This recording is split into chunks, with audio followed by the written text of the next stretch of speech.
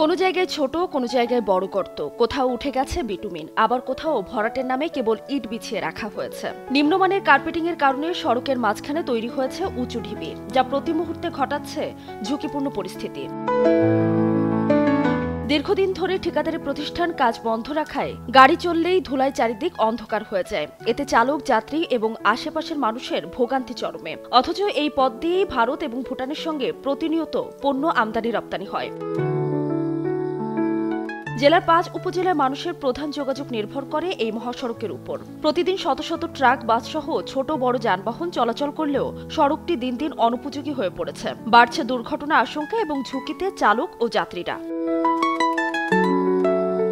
বিশেষ করে মহাসড়কের ভোটমারি এলাকায় প্রায় ১ কিলোমিটার অংশে কাজ বন্ধ রয়েছে দীর্ঘদিন। যানবাহন চললেই ধুলায় ঢেকে যায় পুরো এলাকা। চরম দুর্ভোগে চালক, শিক্ষার্থী, ব্যবসায়ী এবং পথচারীরা। এই রাস্তা চলাচল বড় দুষ্কর হয়ে গেছে। যে বড় বড় গাড়িগুলো চলে সে তুলনায় রাস্তা অনেক ছোট। যে লোডের গাড়ি যায় সে তুলনায় রাস্তাগুলো হচ্ছে না। আর রাস্তাগুলো ঠিক করার 10 দিন যায় না, তাদের রাস্তার মাঝত ফুলি থাকে। ভাঙার জন্য পাতি ভাঙে, চাকা ফাটে, ইঞ্জিনের সমস্যা, গাড়ি মায়ের হয়। ধুলার জন্য আমরা কিছু করতে পারি না ভাই। লালমনিরহাট বুড়িমারি মহাসড়ক, এই সড়কে প্রত্যেক দিনই আমরা কিছু না কিছু দুর্ঘটনার খবর পেয়ে থাকি। আমরা শিক্ষার্থীরা অটোতে আসি, সাইকেলে আসি এবং প্রায় শুনি আমাদের মতনই কিছু শিক্ষার্থী দুর্ঘটনার শিকার হচ্ছে।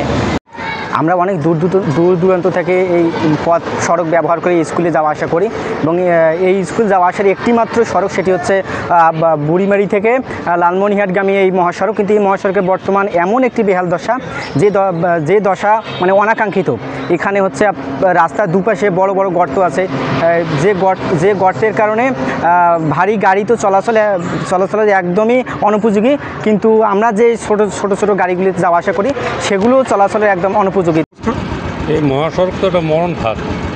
প্রতিদিনই কোনো না কোনো দুর্ঘটনায় কোনো না কোনো মায়ের কোল খালি হচ্ছে এবং প্রতিদিনই দুর্ঘটনায় কারো পা, কারো হাত চলে যাচ্ছে। আমাদের এই লালমনিরহাট জেলার মধ্যে সর্বোচ্চ সড়ক দুর্ঘটনা ঘটতেছে আমাদের হাতিবান্ধা থানায়। এবং কি আমাদের এই সড়কের 2 সাইডে যে 2 ফিট জায়গা যে মাটি থাকার কথা, সেখানে রোডের 2 সাইডে কোনো মাটি নেই। আর সর্বোচ্চ হচ্ছে এখন ধুলাবালু আর কাদা। প্রতিটি রাস্তা ধুলোবালিতে ভরপুর, যার কারণে আমাদের শিক্ষার্থীরা, আমরা সর্বসাধারণ জনসাধারণ প্রতিনিয়ত বিভিন্ন রোগের আক্রান্ত হচ্ছি এই ধুলোবালির কারণে।